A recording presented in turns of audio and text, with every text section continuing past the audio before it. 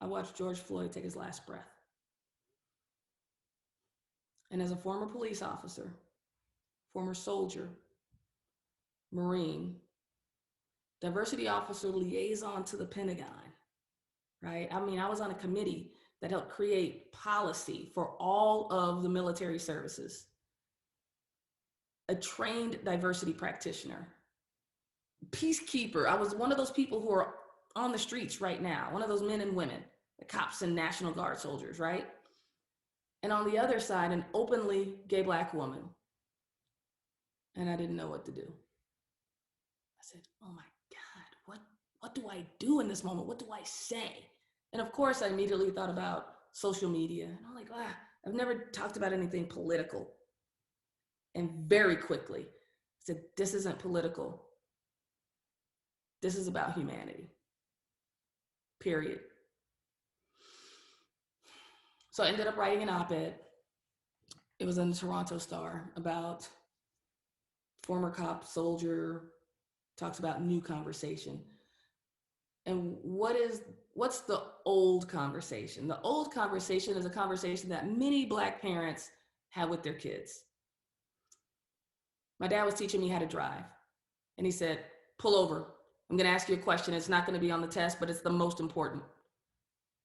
What do you do when the cops pull you over? Hands visible, 10 and 2. That's right, he said. It's like, but Dad, what if I didn't do anything wrong? It doesn't matter.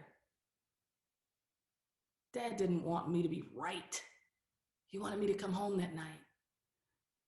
I remember it was Christmas time. It was snowing, sleeting outside. It was wet, dreary, cold. Had on these huge coats. We go into Radio Shack, and I know I'm totally dating myself, right? Went into Radio Shack, and the associate said, hey, I'm gonna need you to take your coats off. And I started to take my coat off, and my sister's like, no, don't take your coat off. He said, ma'am, it's store policy. I'm gonna need you to take your coats off. She was like, well, no one else has their coats off. Why are you only asking us? And he said, ma'am, if you don't take your coats off, I'm gonna have to ask you to leave the store. My sister looked at me, she said, come on, let's go. And we got outside. Again, I'm 11 or 12. And I said, why did he want us to take our coats off? We weren't gonna steal anything. And she just looked at me and said, it doesn't matter. It does matter. And yes, Black lives matter. And yes, all lives matter. And when I hear the all lives matter in defense of Black Lives Matter, I think if my wife came home and said, hey, if I said, hey, babe, did you miss me? She's like, I missed everyone. Or do you love me? I love everyone, right? I'm probably gonna feel a little about that. Or when I'm at a breast cancer march, right? And are there people marching? What about colon cancer? What about lung cancer? No, we're there for a common cause. And unfortunately, this movement has been politicized.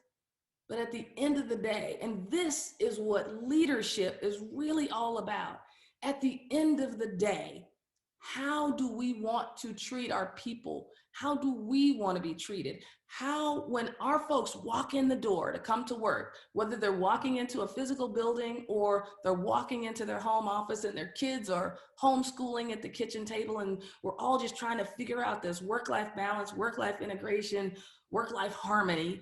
We're just trying to figure life out. At the end of the day, how do we want people to feel? When we think about diversity, inclusion, belonging, I'll be honest, I never wanted to be one of the guys, but I absolutely wanted to be part of the team. Do I think that is solely an HR function? Absolutely not. It's everybody's function. Whoever is on our team, it's our responsibility, from the first man or woman who just onboarded all the way up to our senior executives, our leadership, our CEO, our board, and our chairman of the board. We are all responsible for that inclusive environment. Because at the end of the day, we're shifting things, we're moving the needle, we're changing lives.